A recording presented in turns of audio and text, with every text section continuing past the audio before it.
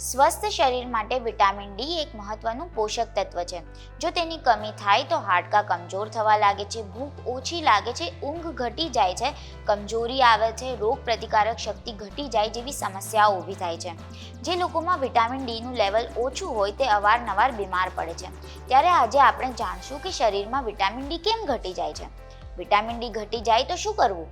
શેમાંથી vitamin D તમે મેળવી શકો છો? નમસ્કાર, વાઇબ્સ ઓફ ઇન્ડિયા સાથે હું સુરભી.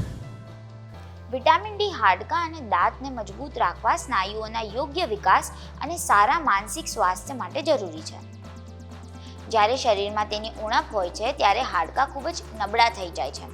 થોડી પણ ઈજા થવાથી હાડકાં તૂટવા લાગે છે, વાળ પણ ઝડપથી તૂટવા લાગે છે, સ્નાયુઓમાં તીવ્ર દુખાવો થાય છે, વડીલને ભૂલકણા એટલે કે ડિમેન્શિયાની બીમારી થઈ શકે છે. વિટામિન ડીની ઉણપના કારણે નાના બાળકોને ભણવામાં મન નથી થતું. જો કામ કરતા લોકોમાં વિટામિન ડીની ઉણપ હોય તો તે દબાણને કારણે તેમના ડિપ્રેશનમાં જવાની શક્યતા ઘણી વધી જાય છે. દિવસભર થાક અને ઉદાસીનતા અનુભવે છે. પીઠ, છાતી અને હાથ પગમાં સતત દુખાવો થાય છે.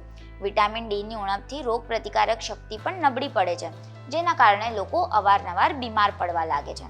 ખરાબ ફૂડ હેબિટને કારણે વિટામિન ડી ઘટી શકે છે. સૂર્યના કિરણોમાં વિટામિન ડીનું લેવલ સૌથી વધુ હોય છે. જે લોકો સૂર્યપ્રકાશમાં બિલકુલ નથી રહેતા તેઓમાં વિટામિન ડી ઘટી જવાનો ખતરો સૌથી વધુ હોય છે. આ સિવાય કિડની ફેલિયર કે કિડનીની કોઈ બીજી બીમારી, કુપોષણ, આનુવાંશિક મતલબ કે જે લોકોના ઘરમાં પહેલેથી જ કોઈને વિટામિન ડીની કમી હોય તો પરિવારના બીજા વ્યક્તિને પણ આ સમસ્યા આવી શકે છે.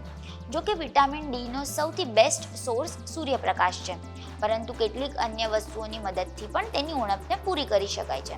ડેરી ઉત્પાદનો જે ઈંડા, માછલી, મશરૂમ, ઓટ્સ, સંતરા અને ઘઉં, જવ જેવા આખા અનાજમાં પણ વિટામિન ડી ભરપૂર પ્રમાણમાં જોવા મળે છે. જો તમે કોઈ કારણસર સનબાથ કરી નથી શકતા તો આ વસ્તુઓને તમારા ડાયટમાં સામેલ કરી શકો છો. આજકાલ બજારમાં ઘણા પ્રકારના વિટામિન ડી સપ્લિમેન્ટ્સ પણ ઉપલબ્ધ છે, પરંતુ જો આ જરૂરિયાત સૂર્યપ્રકાશ અને આહારની મદદથી પૂરી કરવામાં આવે તો તે વધુ સારું છે. ખાસ સંજોગોમાં ડૉક્ટરની સલાહ લઈને જ સપ્લિમેન્ટ્સની મદદ લઈ શકાય છે.